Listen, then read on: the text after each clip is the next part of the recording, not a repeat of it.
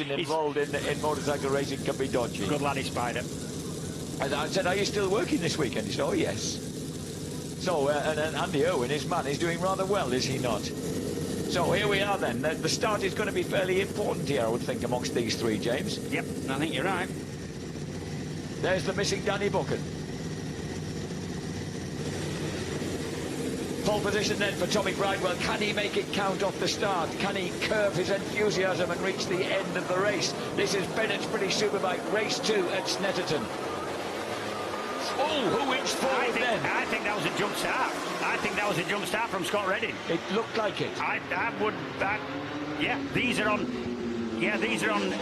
electric line judges, so this is automatic, so and you cannot move at all. And I reckon... Redding squeezes underneath Tommy Bridewell going into Wilson's. Bridewell has the Mackenzie right alongside him as well. It could cost him 2 places. Yeah, and he hangs on in 3rd. If he has got a jump start, Scott Redding, I think, will be given the penalty of the long lap, which is down there at Wilson's, the yellow line. Remember the one he's got to be on the outside of for the long lap? Oh, I thought it was a ride-through penalty. I beg his pardon. I don't know. It's a ride-through, sorry. Yeah, we're ride-through. And Tommy Bridewell takes advantage as Redding runs a bit deep into Agostini's. Whoa, see Andrew Irwin pulling a whopping wheelie coming out of Agos. Yeah, that's... Is that Jason O'Halloran having a good bright start on the second McCann's bike? Yep, just up behind Andy Irwin there. And Christian Idden somehow riding through the discomfort there, also running in fairly high up in 8th place. O'Halloran, Mossy, Hickman, Laverty, Brad Ray, Barber at 14th, Linfoot in 15th. Not a good start for the yellow Yamaha. So as they go storming underneath the Bennett's Bridge, the race leader, Josh Brooks. A yellow flag was waving just then. Somebody's gone straight on at the end of the straight. You can see him just getting back to the track there. Is it Hickman? No, that's Ellison. That's Ellison. James Ellison having no fortune at all this weekend. No penalty for that because he didn't gain any advantage because he ended up clapped last by about 200 metres, so no penalty there.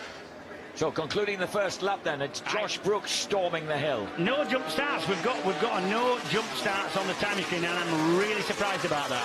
Really surprised. For me, it moved before the... Right, watch the middle bike.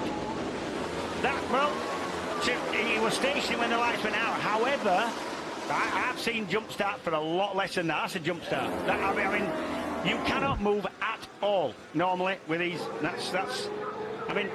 Well, whatever. They didn't gain an advantage from it anyway.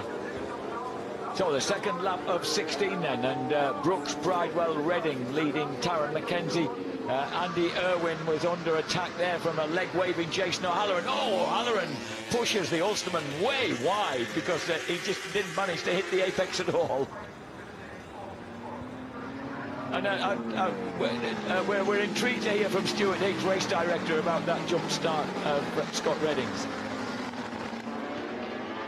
Yeah, Jack, we reviewed the start of the race. We don't have the same rules as MotoGP, where it's any movement whatsoever. We determine the point of movement at the point of departure.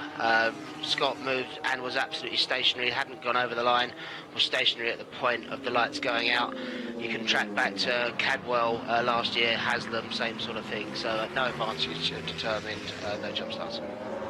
So what the best thing to do, Jack, would be to just creep forward a little bit before the lights change, and then be stationary when it goes, so your wheel spindle hasn't gone over the line. That's a weird one for me, I've got to say. But anyway, that's the rules, and he didn't gain any advantage at all because he was stationary, only about 6 inches that he moved. So, James, when you were doing your grid walk, did you hear Leon Haslam walking away from Josh Brooks, and the last remark he threw over his shoulder at Josh was to the effect of get moving a bit sooner this time? Yeah, and he has done. So Brooks taking that advantage. Yeah, because... And that Redding board says, okay, I reckon Scott would have been expecting something to happen. Exactly, because he'd be used to MotoGP rules where you cannot move at all. Anything, any minor movement, any gust of wind will give you a jump start there. Fastest lap for Scott Redding, 1:47.838. And Redding right on the back wheel of Tommy Bridewell. Taron Mackenzie becoming slightly isolated in 4th, and then it's O'Halloran ahead of Irwin after that big move at Agostini's. Aidan in 7th, Hickman 8th, Forrest 9th, Mossy in 10th, Bradley Ray, Michael Laverty, Ryan Vickers up there in the points again. There is Vickers leading Hector Barbara and Claudio Corti in the last point place at the moment, ahead of Linfoot, True Love, Francis and Stapleford. All three Ducatis at the front. They're liking this track, aren't they? Yeah, and there's two reasonable straights here. The straight, albeit not as long as it used to be, is a fairly long straight, Jack. So if you've got a bike that, whether you think the wings work or not, you know, it's good on acceleration. Maybe it is because of the wings, and you don't have to counteract a wheelie coming out the corners, so maybe you get a bit better drive out the corners. And it's definitely a powerful engine, so if you've got a quick bike on the straights, a circuit like this is good for you. There's Jason O'Halloran. We've now got Mackenzie O'Halloran on the McCams. Yamaha's running kind of in convoy in 4th and 5th places. Looking little. Joe Francis having a great race as he's moved past Luke Stapleford into 18th place.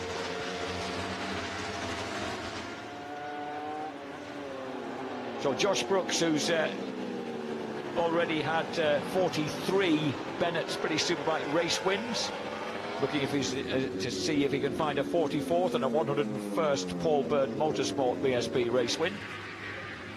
But Scott Redding, perhaps the danger man, hounding Tommy Bridewell at the moment. Yeah, you'd have to think so. In terms of outright lap speeds in race 1, Tommy was the quickest, that's where he went off Paul. But in actual fact, Redding and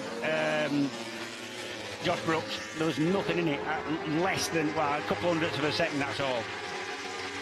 Tommy Bridewell, who was the undisputed but somewhat inconsequential Riders' Cup champion for his 7th place finish last year. Yeah, that's the award that nobody wants, because it's the kind of first loser. He did have a couple of second places, of course, Alton Park and Brands GP, and a 3rd place at Alton Park. Good, consistent season, but having a much stronger one this time as Redding comes up the inside of him and does have the speed to take him.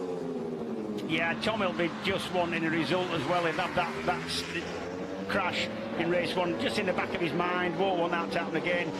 For me, it'd be better just with that mindset, just sat in behind the two leaders here and not doing anything and trying to get away.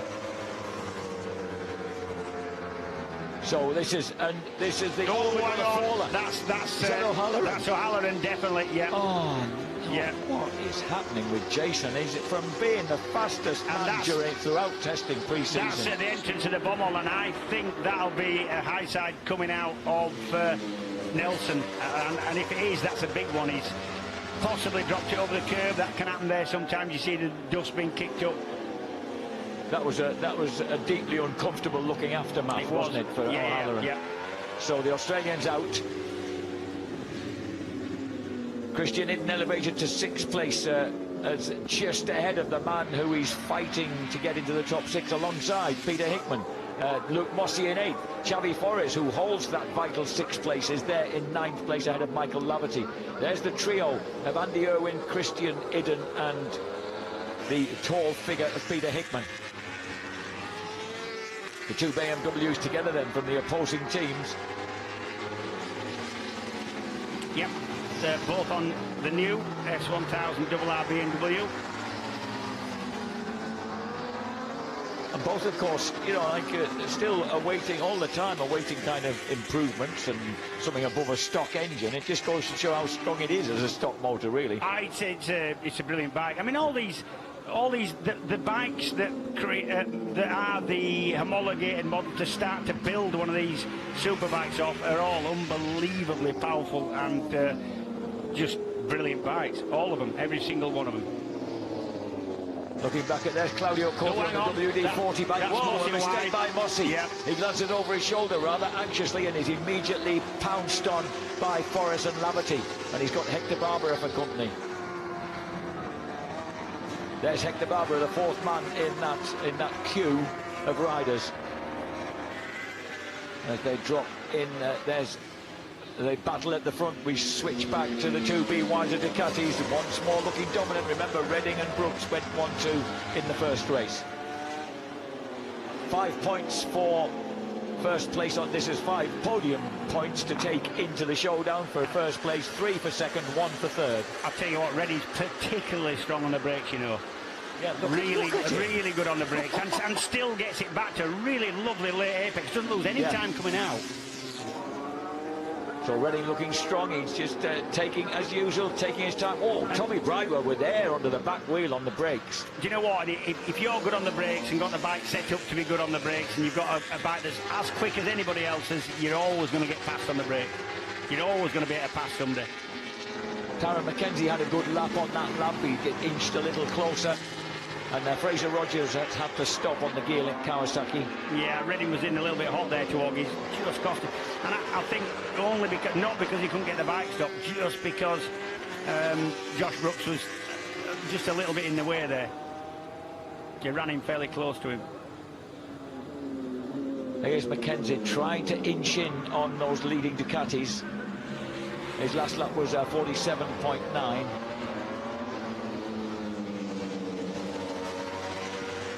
On the 6th lap of 16 then, and behind McKenzie it's still Irwin again running strong in 5th place, about 6/10 ahead of Christian Hidden. Hickman, Forrest and Barbara have gone up to 8th and 9th at the expense of Mossy and Michael Laverty after Mossy's mistake. And the front quartet broken well clear now of the lad from Carrickfergus, Andrew Irwin. But Irwin, of course, wants to be pulling points back on the people ahead of him in the championship. And they are actually behind him, right behind him in the race. Iden, Hickman and Forrest, 6th, 7th and 8th.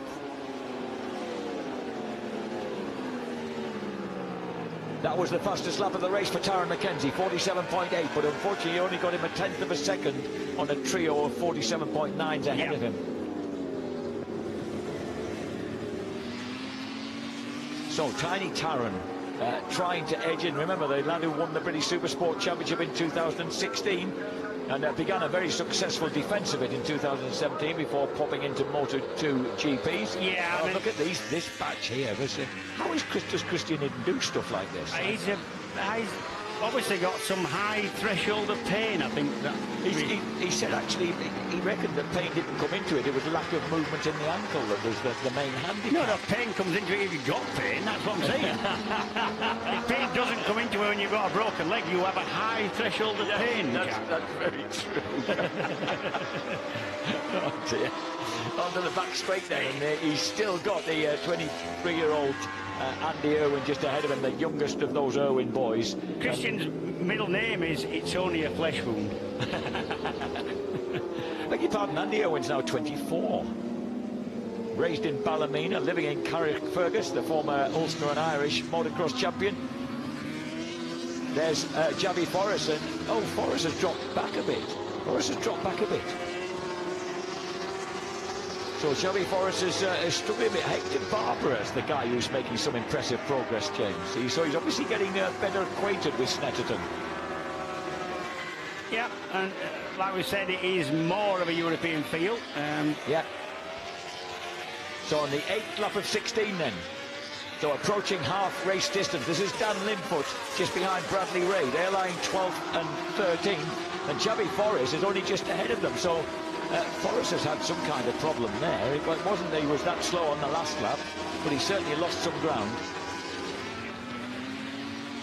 Here are the two leaders, Josh Brooks and Scott Redding. Yeah, problem for Bridewell on the grid for race 1, I found out. He cracked an exhaust, substantial exhaust system that we've talked about quite a lot. Cracked, so they had to refit or fit a brand new system on the grid, which is, mind you, I've got to say that Motorpedo team, the Oxford Racing Products team, is such a savvy outfit. Is that it's fairly compact, but they know what they're doing. Onto the Bentley straight, go the front three, and Joe Francis has had to stop after another very promising race. So there are the front 4 riders in picture in this, the second of the Bennett's British Superbike races at Snetterton, this beautiful airfield circuit in Norfolk, our annual visit. Always breezy around here, and the wind has certainly kicked up again out there. Yeah, airfields always are. That's the very idea. There's nothing to stop the wind because you can't have anything built tall or have tall trees around an airfield. I've never realised that before. Thanks for pointing that out to me. Did I state the blooming obvious? No. It never occurred to me that presumably you being a pilot, you probably realise that things like that are rather not quite the thing you want when you're landing and taking off. No, not really. No, you don't want to be dodging wind turbines and trees when you're trying to take off. No. Or even changes in the breeze, which you'd get if you had obstacles like that around, I guess. Good on the brakes. Mind you, there is a bit of a sort of concertina effect there into Wilson's because, you know, it's a slow corner, so the time gap would be the same mid-corner. It just looks less distance. Is Scott Redding just trying a little bit harder in this one, you think? It looks to me as if he is. Just seen him miss a couple of apexes there. And Jason O'Halloran's had to go to the medical centre with a hand injury, James. Never a comfortable thing to have when you're... How is that lad? Well, pretty much certainly. This weekend he carries on that misfortune, or that catalogue of misfortune. Just to mention a couple of people who are in the points at the moment. Claudio Corti, the WD-40 Kawasaki rider, in 14th place, and Ryan Vickers making his comeback from injury. The local boy from Thetford, just up the A11, is running in 15th place for the RAF regular and reserves team. By the way, I mentioned for 55-year-old Paul Vickers, who's a fabricator and welder and truck driver, who's Ryan's dad. In 2004, he finished third in the World Wheelie Championship, 151 miles per hour at Elvington on a Honda Fireblade. Yeah, they used to do that. That's impressive. They used to do it every year, and they had to go over a measured kilometre. I think it wasn't. You couldn't just, you know, do 150 mile an hour and heave on your bars for 6 foot. Yeah. This was a. You had to do a one. I believe it was a 1 kilometre. Timed. Here comes Hickman, and he makes a move on Christian Hidden, who is his immediate rival in 7th and 8th places in the championship. Yeah, there's no difference in points. Oh, and look at the determination of Hidden to retake that place as they come up the hill. Yeah, 85 nice versus 82, I think. 85 in the case of Hickman, 82 points in the case of Hidden. So every point counts at this stage in the season as they go into the 10th lap of 16. Hickman strong on the brakes. This the battle for 6th place. Brooks, Redding, Bridewell 1, 2, 3. Mackenzie inched a bit closer to them with the fastest lap of the last lap of the race in 4th place. Andy Irwin is ahead of these two, and probably thankful that these two are duelling with one another and therefore leaving him alone.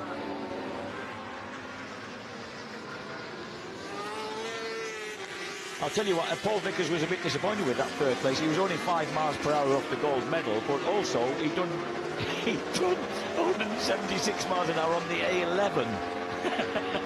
So he knew he could have got along quicker at Elvington. Allegedly. Allegedly. Yeah, you want to be careful what you say. And I'm not sure when he was telling you this in the paddock, Jack, he meant for broadcast. That was a long time ago, James. Yeah, you can't get away from it now. Doesn't matter. It was a long time ago. Nee.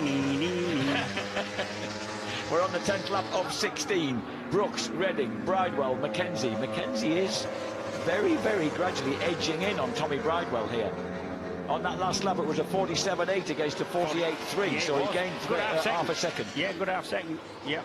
And I think that gap's a bit smaller now as we check them across the line then. Brooks crosses the line. That's a 47.78, fastest lap of the race for Josh Brooks. 47.8 for Redding, 48.0 against a 47.9. I'm going to throw something in now. We saw Redding win race 1, Brooks a fairly close second. Now, Brooks, if he'd have won both races here, wouldn't have got the Triple Crown 25 grand, but he would have got 30 grand for winning 4 out of 6. Mackenzie's gone down. Mackenzie? I think Mackenzie went down. You just saw a flash of it in the background. Oh, Taran on the McCams Yamaha working so hard to get on turns with those. And you said in that first race how hard the lad was working, James, on that McCams Yamaha. Yeah, and he had a few moments then. He did no option on tyres. He had to go with no option but to go with the same tyres. He would go. This is all down into Wilson's front end. No, it won't. Ooh, the back end came round. Yeah, but he's lucky to get away with that because that was nearly quite a big eyeside, was that? 4th bike. It's gone. Well, yeah, it went a couple of times, didn't it? Yeah. Oh, Taran, you can see as he hung his head in a mixture of disbelief and shame and annoyance. So the Ducatis now clearly 1, 2, 3. Yeah, we were talking about this Triple Crown, and basically there was going to be, if coming into this meeting, if Josh Brooks could have won both races, he would have got, for winning 4 in the 3 meetings in the summer, he would have got 30 grand. And you would have think he'd have had a word with his teammate and says, look, if I'm right behind you, just let me pass, there's a few quid in it for you. Because it looks like he might be able to win this one. There's enough of a drink in it for everybody. I suppose Scott's argument would have been, but you can't guarantee to win race 2. No, you can't. Not in the overall. And he would have been losing podium points, and that's really critical at this time of year. I get all that. I'm mucking about, to be honest, Jack. You know. Joe Hickman moves through into 6th place again, this time at the expense of Christian Iden. Then behind them, here comes Hector Barbara, ahead of Michael Laverty having a good run in 9th place. There's Charlie Forrest, who's back in 10th. 11th place now for Dan Linfoot, making progress. Brad Ray goes 12th. Ryan Vickers up to 13th, ahead of Claudio Corti. And I think Matt Trulove might move into the points ahead of Luke Stapleford, who's having a rather disconsolate race in 16th place at the moment. Yeah, Hector Barbara there just messing Michael Laverty up a bit, going down into Wilson. Just missed it a little bit, did Hector. And that pushed Laverty in a little bit deep. This is Hector Barbara, yeah. Oh. And the little Spaniard having a strong ride. Well, it's not surprising. He finished top 10 in MotoGP at 39 times. Yeah, but it's still, first time here at Snetterton, it's a good ride from him in 7th. And he says, look at that, the head shaking Scott Redding then. I mean, the bike shaking its head as he comes over that kind of brow and puts the brakes on. Well, I suppose if you're travelling in excess of 180 miles an hour, things are liable to snake around a bit in the slipstream. But these two Ducatis so evenly matched. You know, they should be, shouldn't they? Redding is beginning to look like he is going to have a look. He might have a look right now. No, he just bides his time. We're on the 12th lap of 16, 4 more to go. So, you know, he has got time on his side. But the 36-year-old from the outskirts of Sydney still holds on to that advantage. The leader is Josh Brooks. Yeah, if Scott Redding's going to go past, and he will definitely have a go, in my opinion, it's going to be a little bit of slipstream and a little bit up the inside on the brakes, because, as I've said before, he's exceptionally good on the brakes. Oh, lost the rear just mid-corner in Scott. That's cost him a bit of time going out. Josh Brooks, who didn't actually start a road racing career until 1998.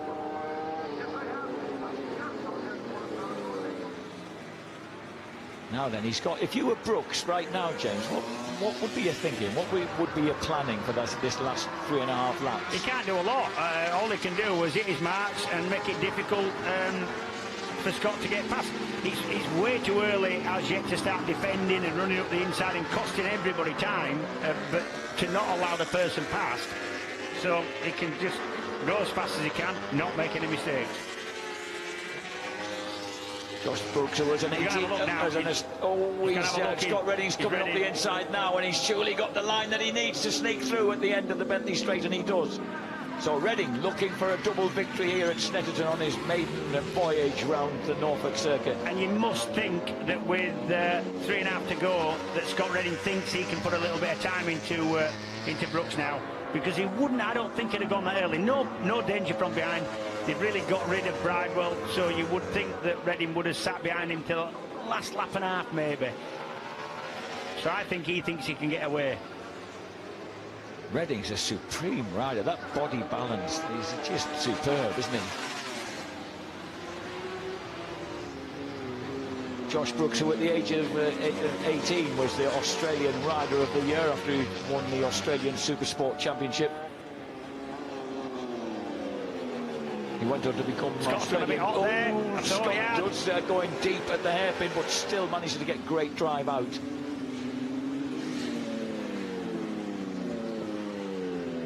Paul Bird says he tends to get a bit nervous and stop breathing a bit when he's got his boys running, jousting at the front like this. Oh, you don't want to be doing that, Paul. So the 2015 British Superbike champion, Josh Brooks, number 25. Hanging in behind Scott Redding. Redding's having a push now. Yeah. He's having a go at getting away, just like I thought.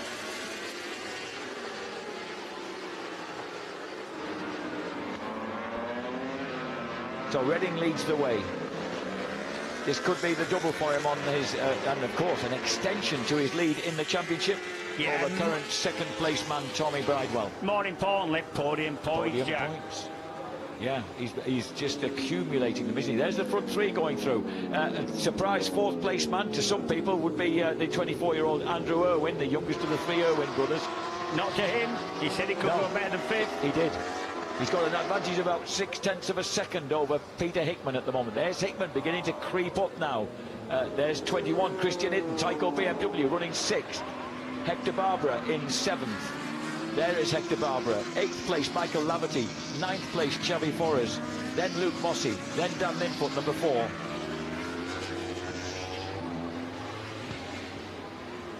A lot of fine riders in this field. Behind Linfoot, Vickers up to 12th, Bradley Ray, Corty, Truelove. Remember, a lot of these lads are straight out to Japan at the end of this weekend. The lads like Dan Linfoot. There's lots of them. Dan Linfoot, Xavi Forres. Xavi Forres, Danny Buchan. Danny Buchan, of course. Tommy Bridewell. Tommy Bridewell, Gino Rea, who's not actually racing here, but has a team racing here. Yeah, also Leon Haslam, who's in the paddock. Obviously not racing, but he's out there tonight. And the Honda boss Javier Beltran's also going out to be in the one of the Honda garages. A little bit wide there down at Agostini's was Josh Brooks, and that to me just tells me that he's trying super hard here now to stay with his teammate Redding, and just trying a little bit too hard. Michael Laverty on his comeback as a deputy at Tyco BMW. Having a good ride, isn't he? He is, isn't he? Yep. He's a little disappointed, but understands why his team isn't going to Suzuka, because they're 4th in the World Endurance Championship and can't really improve on that. So Forres 9th, he's 6th in the championship now, but there you go, look.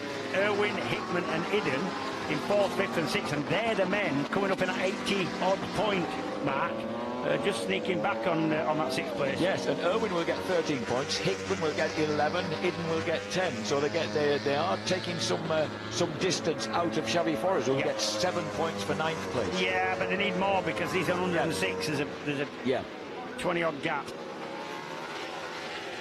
So completing the penultimate lap then, and into the final lap fly the two dominant Panigales. The rate at which they go past us, I mean, a head-on shot can't do any justice to the lateral speed, which is thunderous. Stick your head between the fence on the top of the pit wall and just see him coming past. It's something, isn't it? That's Scott Redding's line, isn't it? To just loop it out wide at Wilson's airbag. And then cut it back and get a really good run out of the corner, So Scott Redding could once again taste the champagne of victory here on the final lap of the Bennett's Pity Superbike Championship Race 2. 2 16-lappers round here, and Tommy Bridewell super consistent in this race in 3rd place. We lost Taron McKenzie, so Andy Irwin for Honda Racing in 4th. Hickman, Iden, Barbara, Laverty, Forres and Mossey rounding out that top 10. Luke Stapleford's got back past Matt Truelove and into that final point scoring 15th place. Yeah, well, Josh Brooks has kept him honest, but only a mistake now is going to rob Redding of this win. And Redding will have set the fastest lap of the race by 0.07 of a second ahead of his Australian teammate here. Yeah, not much quicker than Bridewell's quickest lap. That's a 47 as well. They're the only three in the 47s. And into the huge, long, hanging right-hander at Corum's will go Scott Redding. This is the final lap of the second race here at Snetterton. And the 26-year-old from Quedgeley in Gloucestershire swings into Murray's for the final time. No problem, sweetly out, and he'll storm up the hill onto the centre straight. Take victory ahead of Josh Brooks. It's another top 1-2 for Paul Berg Motorsport and B. Weiser Ducati. Bridewell in 3rd place. And then there'll be a substantial wait. Oh, Paul Berg starts to breathe again. And Andy Irwin will storm the hill to finish 4th. Peter Hickman pulls through to 5th place behind him. Christian Idden in 6th. Hector Barbara in 7th place for the Quattro Plant JG Speedfit team. Xavi Forrest there finishing ahead of Michael Laverty, so he pulls a place back on the final lap. Brian Vickers storms across the line. Great comeback ride in 12th place for the local lad, ahead of Bradley Ray, Claudio Corti and Luke Stapleford. Meanwhile, cruising onto the grass. This is a guy who's a very, very capable motocrosser. Scott Redding takes... Oh, is he going to the crowd? He's parking up. And there is a big crowd there, so he might be doing a stripping off job here. Yeah, he is, look. Gloves are going to go in if they shout loud enough. So Scott Redding, that's a pretty good. You know a rider's getting paid plenty when he chucks his helmet in. Gloves? No, he's not getting his helmet off, look. There you go. So the gloves sail into the crowd, and then Scott Redding celebrates victory, celebrates a double victory here at Snetterton. Josh Brooks celebrates a double 2nd place, and Tommy Bridewell celebrates the fact that he's finished and got on the rostrum this time. 47.717, fastest lap of the race then for Redding. Think he's happy? I think he looks pretty chuffed. Meanwhile, there's still a bit of scrapping going on for them gloves.